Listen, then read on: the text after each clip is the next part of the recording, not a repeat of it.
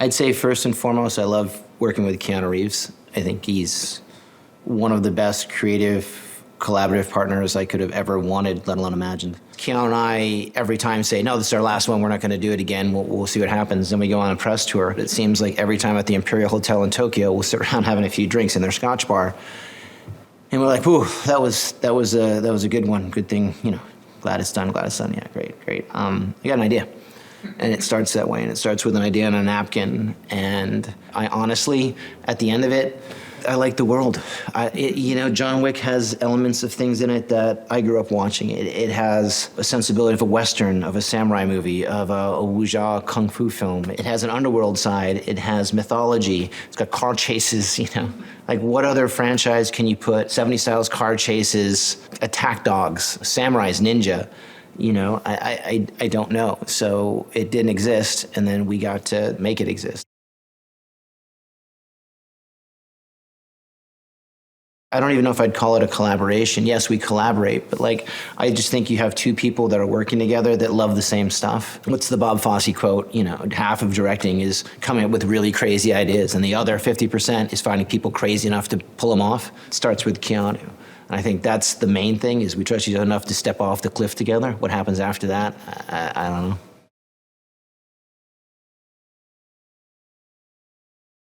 I try to rip off from the best. Let's start with that. You try to rip something off. You're trying to go, this idea, I'm going to make good, the bad, the ugly, and then it starts morphing. And if you give the idea enough room and enough slack, it starts morphing and morphing and morphing and morphing. The trick is not to try and put a suit on that doesn't fit. So there's a lot of things that, I would have loved to steal from Sergio Leone and Wong Kar-wai and Tarantino and Kurosawa and all this stuff, but it doesn't really fit. You start there and you go, what I love about it, oh my God, that's genius. Then you start realizing, the genius is, not just original thought, but it's original application of thought and how you do, and you start letting it loose, and you start letting go a little bit, and you start experiencing things in your character, and you start living back in your world and seeing what fits and what doesn't. Perspective. Really. Three people, part of the same problem and the same solution. Everybody wants the gold. The gold is the thing. One guy wants it for this reason, one guy wants it for this reason, one guy wants it for this. How do we make that more fun? How do we make that more wiki, and how do we do that? Okay, let's make John Wick the gold, and let's put a dilemma on that. Because in Leone's, if any one of the three gets the gold, they get it. The other two have nothing. It doesn't affect, they just didn't get it. Okay, bummer, they're just the same. Ours was, okay, if any one doesn't get to this one moment, everybody loses. They were all three different people all going, and they all had a point, So that's fun about, and that fits into our Wiccan world where there are no good guys, period. There's just better bad guys. Wick is not a technically good guy. He's an assassin. He's living in this world. He just happens to have a code in this world that we feel attracted to. So doing that structure of good, the bad, the ugly with different perspectives, and you add in, the character of the Marquis, Bill Skarsgård's character, who literally is the only person doing the right thing. It's kind of fun.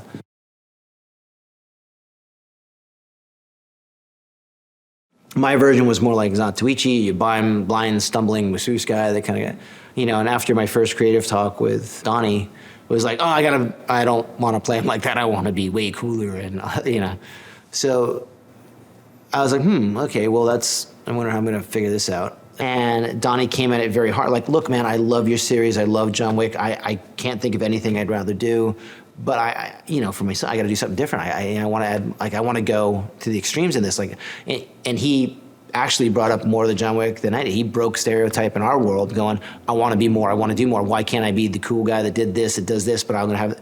And you're like, oh my God, that's so much better than what I was thinking of. So that kind of changed just from a Zatoichi replica to a whole new character that went well beyond anything I had planned.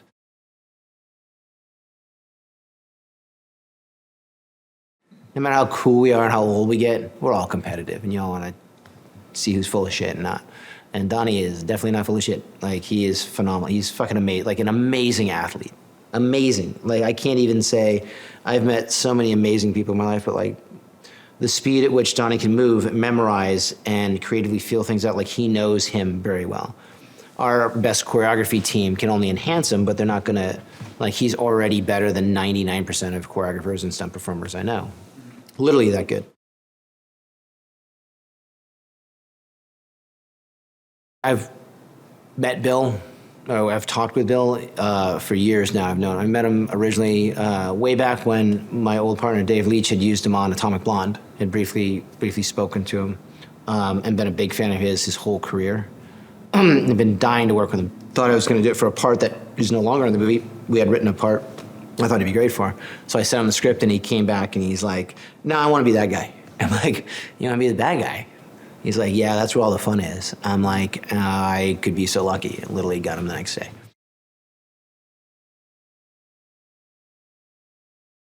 You can imagine what a bad guy role in a John Wick would be. Like, we all have that stereotype in our head.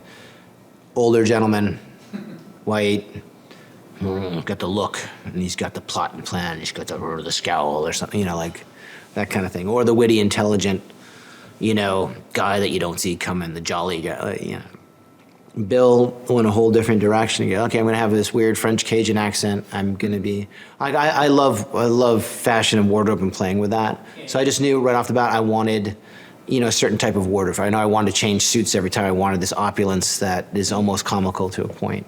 And one of the things, Bill had done this GQ photo shoot a while ago when he's in suits, and I just like, fucking guy can wear a suit. So like, we're gonna change suits, we're gonna do you're just gonna trust me with it, we're gonna do a triple Windsor knot, we're gonna do all this, I'm gonna put silver thread in your clothes, it's gonna kick light, it's gonna be weird, this thing is gonna be, no matter what we do, our whole Greek mythology vibe into John Wick is, whenever I shoot you, you're gonna be the good guy. You're gonna be the guy in light and bright, and Keanu's always gonna be dark and black, and you're gonna be this shining hope. You're gonna be Zeus on Mount Olympus, and Keanu will be down in Hades.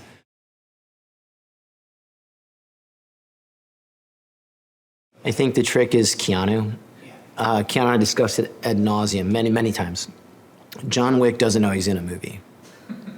John Wick believes he is John Wick, and Keanu puts on the suit, he believes he is that guy. Like, that's the anchor. And the cast follows Keanu. They go, well, if he's taking it serious, I'm gonna take it serious. And then we make fun of ourselves. It's that simple. Like, that's the only true north we stay by. The rest, that goes back to Jump the Shark and all that stuff. Like, look, if John Wick believes that could happen, it's in the movie.